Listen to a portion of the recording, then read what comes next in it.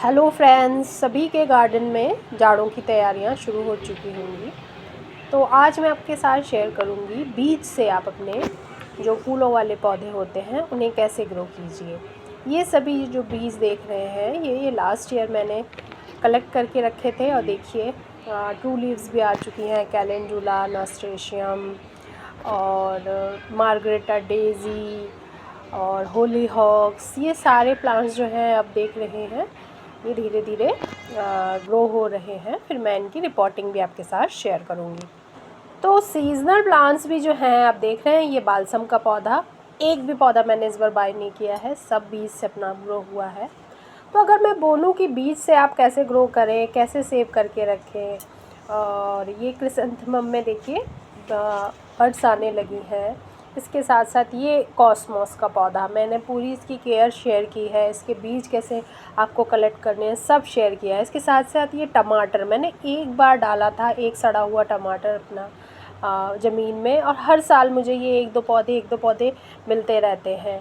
तो आप गार्डनिंग बिल्कुल भी महंगा शौक़ नहीं है, बस आप कुछ बातों का ध्यान रखें तो ये देखेंगे। और परमानेंट प्लांट तो हमेशा बने रहेंगे आपके पास। और ये जो सीजनल प्लांट होते हैं इस तरह से इनके सीड्स कलेक्ट कीजिए और इनको नेक्स्ट ईयर ग्रो कीजिए। तो बिल्कुल भी, और एक प्लांट से आप ढेरों प्लांट्स बना सकते हैं फिर नेक्स्ट ईयर। तो ये तो हो गया। ये देखिए ये है स्कारलेट मेलो या गुल दोपहरी बोलते हैं। इसका फूल जो है दोपहर में खिलता है और सुबह इसका फूल झड़ता है। तो ये भी मैंने एक ही बार ख़रीदा था। अब ये देखिए ये जाड़ों का लास्ट ईयर का मेरे पास एक छोटी सी क्लिप पड़ी हुई है डॉग फ्लावर के, जब मैंने सीड्स कलेक्ट किए थे। देखिए इस तरह से सारे सीड्स लेके मैंने इन्हें कलेक्ट करके रखा था। सिंपल किसी भी एयर टाइट डब्बे में रखिए जब भी सीड्स रख रहे हों, और थोड़ी सी फंजीसाइड इसमें डाल दीजिए। ये देखिए डिफरेंट मैंने जिप पाउच में इस तरह से जो आते हैं उनमें मैं हर साल गर्मियों के सीड्स निकालती हूँ तो फिर जाड़ों के डाल देती हूँ। ये जिप पाउच ही में ही मैं डालती हूँ, या फिर इस तरह से कोई भी पॉलीथीन में अच्छी तरह से गांठ बांध के करके एयर टाइट आपको करके रखना है। थोड़ी सी इसमें राख डाल दीजिए तो आपका जो बीज है ना वो हेल्दी बना रहेगा। लेकिन वैसे तो नॉर्मली क्या होता है, जैसे कॉस्मोस वगैरह मैं गमलों में ही साइड से डाल देती हूँ, क्योंकि जो नेचुरल वे है बीज का ग्रो होने का वो यही है कि जब फूल पकते हैं अपना आप झड़ते हैं, मिट्टी में वो मिल जाते हैं, और जब इनका फेवरेबल टाइम आता है फिर से ग्रो हो जाते हैं। तो ये देखिए मैं मोस्टली क्या करती हूँ अपने सभी प्लांटर्स में, जो बड़े प्लांटर होते हैं उन्हीं के साइड से, मैंने आपको कई बार दिखाया है कि मैं कटिंग भी वहीं लगाती हूँ और बीज भी मैं इसी तरह से उन्हीं प्लांटर्स में चारों तरफ डाल देती हूँ। तो मुझे ये पौधे मिलते रहते हैं इस तरह से। तो आप चाहें तो गमलों में साइड से इनको अच्छी तरह से गुड़ाई करके इन सभी बीज को डाल दीजिए। ज़्यादा डीप मत डालिए। अगर आप ऐसे कर रहे हैं कि क्यारी बना के फिर बीज अगर लगा रहे हैं, बस ये ध्यान रखिए लगभग 1 सेंटीमीटर से नीचे आपका बीज नहीं जाना चाहिए। और जो छोटे बीज होते हैं, एकदम जो छोटे छोटे बीज होते हैं ना, उन्हें तो मिट्टी के अंदर आप दबाइए बिल्कुल नहीं। ऊपर ही ऐसे आप अच्छी तरह से गुड़ाई करके डाल दीजिए और फिर अच्छी तरह से पानी लगा दीजिए। पानी लगाते हुए ये ध्यान रखिए कि या तो शावर कीजिए या एकदम हल्के से पानी दीजिए, जिससे जो बीज है ना स्टार्टिंग के 2-3 दिन तक वो अपनी जगह से हिले नहीं। पानी देने में थोड़ा सा ध्यान रखिएगा। और मैं आपको इसके साथ साथ कोकोपीट में लगाने को भी सिखा रही हूँ। तो कोकोपीट आप 2 बार धो के अच्छी तरह सुखा लीजिए, फिर उसमें आधा भाग कंपोस्ट, फंजीसाइड और या नीम खली पाउडर मिला के मैंने ये एक मिक्सचर तैयार किया है। अगर आप सीडलिंग ट्रे बनाने जा रहे हैं तो याद रखिए ज़्यादा गहरा सीडलिंग ट्रे ना लीजिएगा, क्योंकि आपका सीड्स ख़राब होगा ओवर वाटरिंग की वजह से या फिर फंगस लगने की वजह से। तो आप जैसे सीडलिंग ट्रे भी ख़रीद सकते हैं। मैं ऐसे पुराने सब अपने जो प्लांट पॉट्स हैं उसी में लगभग ये 3 इंच करीब मैंने सॉइल ली है, जिसमें देखिए पानी मैं पहले ही डाल दे रही हूँ। फंजीसाइड मिला हुआ पानी मैं डाल रही हूँ पहले, और अच्छी तरह से मॉइस्ट बना लूँगी कोकोपीट को। नॉर्मली तो मैं हमेशा दिखाती हूँ साइड से ऐसे ही गमलों में डाल देती हूँ, लेकिन क्योंकि मुझे अपने गमले में खाद भी देनी थी अक्टूबर के महीने में, तो मैंने अच्छे से गुड़ाई करके इसमें खाद और फंजीसाइड दोनों को मिलाया और इस मिक्सचर को अच्छी तरह से मिक्स कर लिया। मिक्स करने के बाद मैं इसमें ऊपर से मैंने इसमें सीड्स डाल दिए।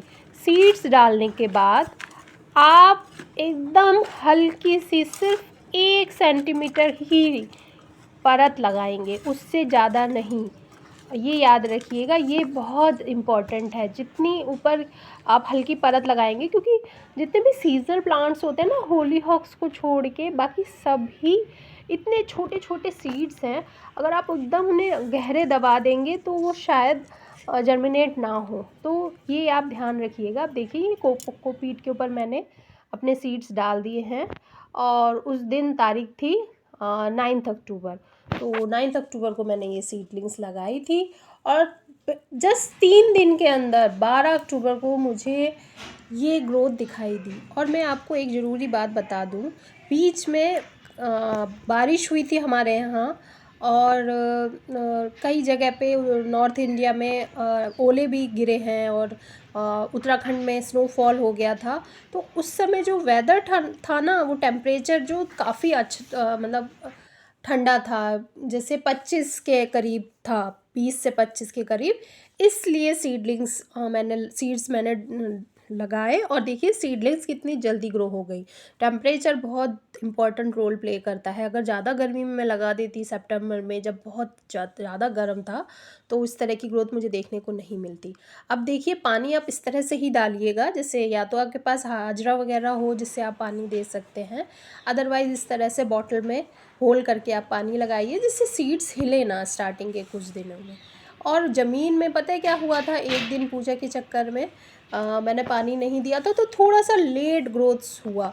कोकोपीट में आपको सीडलिंग्स की ग्रोथ अच्छी दिखाई देगी, लेकिन ज़मीन में या फिर अगर आप मिट्टी में अगर आप सीड्स लगा रहे हैं, तो सीडलिंग्स की ग्रोथ से ज़्यादा सीडलिंग्स जल्दी ग्रो होगा। मतलब ट्रू लीव्स आपको जल्दी नज़र आने लगेंगी और आपका जो ये सीडलिंग्स हैं बहुत जल्दी मैच्योर होने लगेगा।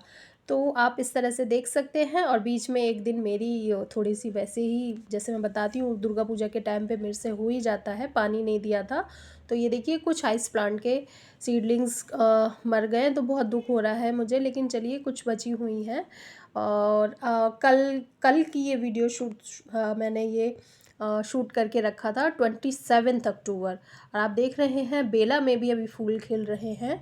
तो मैं हमेशा बोलती हूँ, आप सबसे मेन फोकस रखिए आपकी सॉइल हेल्दी रहे, तो आपका प्लांट हेल्दी बना रहे, तो फूल तो खिलते ही रहेंगे। ढेरों फूल ना खिलें, लेकिन बहुत लंबे टाइम तक आप इस तरह से फ्लावरिंग ले सकते हैं। और ये देखिए, एक चीज़ बिल्कुल ध्यान रखिए, पानी आप तभी दीजिएगा जब आपको सॉइल ड्राई नज़र आए। अगर आप पुराने प्लांटर्स में लगा रहे हैं तो वो थोड़ा सा एडजस्ट हो जाता है, लेकिन सीडलिंग्स ट्रे वगैरह में या इस तरह से सिर्फ सीड्स ग्रो कर रहे हैं, उस समय मॉइस्चर मेंटेन करके रखिए। ना तो सॉगी बनाइए और ना ही अंडर वाटरिंग करें, ना ओवर वाटरिंग करें। ये बहुत ज़रूरी स्टेप्स हैं स्टार्टिंग के कुछ टाइम के लिए। और अब देखिए, ज़मीन में भी कितने अच्छे से ग्रो हो चुके हैं। ये जो मैंने सीड्स लगाए थे, ट्रू लीव्स भी आ चुकी हैं कैलेंडुला वगैरह में। और ये है मार्गरेटा डेज़ी, यहाँ पे ये है नास्ट्रेशियम।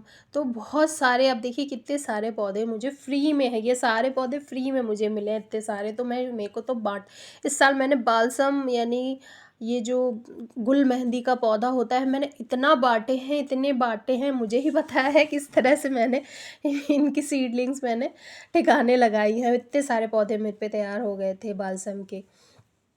तो इस तरह से अगर आप अपने सीड्स कलेक्ट करके रखें तो फ्री में आप देखिए नेक्स्ट ईयर इस तरह से बहुत सारे पौधे ग्रो कर सकते हैं। खाद बनाइए फ्री में, बस मिट्टी कहीं से ले आइए इधर उधर से, फिर धीरे धीरे मिट्टी भी आप खाद मिला के, आपकी मिट्टी भी धीरे धीरे बढ़ेगी, पौधे भी बढ़ेंगे और फ्री में ही आपकी का गार्डन एकदम फूलों से भर जाएगा। देखिए, कटिंग से ग्रो किया हुआ नाग चंपा, कितनी खुशी मिलती है ना फ्री में, जब एक इस तरह से पौधा तैयार हो जाता है। और देखिए, इस पॉट में भी मैंने बाद में सीड्स डाल दिए थे, कुछ ग्रो होने लगे हैं, ट्रू लीव्स भी आ रही हैं। इसमें भी कैलेंडुला वगैरह लगाया था मैंने, इतने सारे मेरे कैलेंडुला और डॉग फ्लावर ये सब तैयार हो चुके हैं। अब मतलब मेरे को प्लांटर कम पड़ जाएंगे, मुझे बांटने पड़ेंगे। तो आप देखिए इस तरह से बीज ज़रूर कलेक्ट करके रखिए। बीज से पौधे जब आप ग्रो करेंगे ना, तो आपको खुद से वो जो आजकल चला है कि ढेरों फूल खिलाएं, कैसे खिलाएं, ये ऐड करें वो ऐड करें, उससे ज़्यादा आपको लगेगा वो इंतज़ार, ज़्यादा आपको वो चीज़ इतनी खुशी देगी जब बीज से ग्रो किए हुए पौधे में पहला फूल खिलता है। ये इतने छोटे छोटे से एक पौधा बड़ा बनेगा, फिर उसमें फूल आएंगे और एक ट्रूली प्लांट पेरेंट वाली फीलिंग्स होती है। पानी का ध्यान रखिएगा, इस तरह से ही पानी दीजिएगा। ज़मीन में मैं क्या करती हूँ, पाइप नीचे रख देती हूँ और अपना आप पानी वहाँ तक पूरे गार्डन में भर जाता है। मतलब मैं ज़्यादा प्रेशर से पानी नहीं दीजिए, जिससे ये जो सीड्स हैं वो हिले नहीं। और सबसे मेन एकदम पॉजिटिव एटीट्यूड रखिए कि आप ज़रूर, क्योंकि कई लोग ही कमेंट करते हैं कि हमारे सीड्स ग्रो नहीं हो रहे हैं। तो कई बार इसका रीज़न एक टेम्परेचर हो सकता है, दूसरा आपकी सीड्स शायद अच्छी क्वालिटी का नहीं हो। आप मॉइस्चर अगर मेंटेन करके रखेंगे, बीज हेल्दी होगा। और जो मैंने प्रोसेस बताया है, ज़्यादा डीप अगर आप इसे नहीं दबा देंगे तो ज़रूर आपका सीड्स ग्रो होगा, 100% ग्रो होगा। और पॉजिटिव एटीट्यूड से आप गार्डनिंग कीजिए, देखिएगा।